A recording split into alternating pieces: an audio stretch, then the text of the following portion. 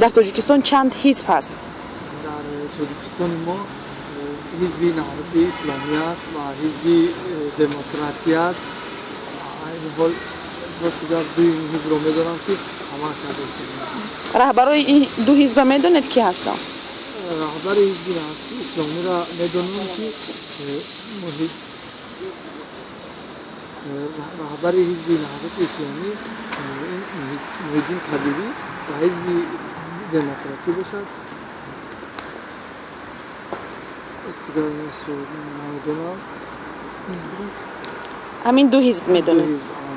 در تاجیکستان چطوری که با اون معلومه 8 حزبه یک حزبه که مثال بسیارتر بدانیم با اون آواز میدهند و همه طرفه اون رو دستگیری مینمایند. یعنی حزب خلقی دموکراتی است که رهبر اون پرزیدنت جمهور جناب علی امامعلی شریف رحمانی هستند.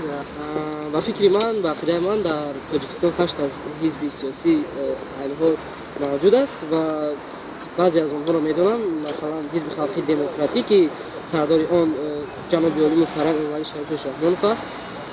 باز حزبایی هستند که حزب دموکراتی، حزب اسلامی هستند.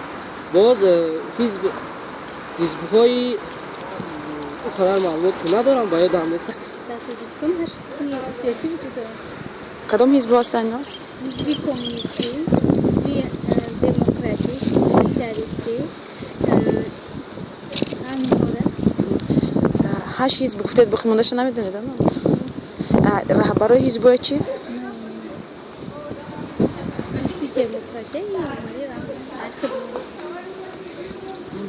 دیگرشون نمیدونید. چند حزب سیاسی هست؟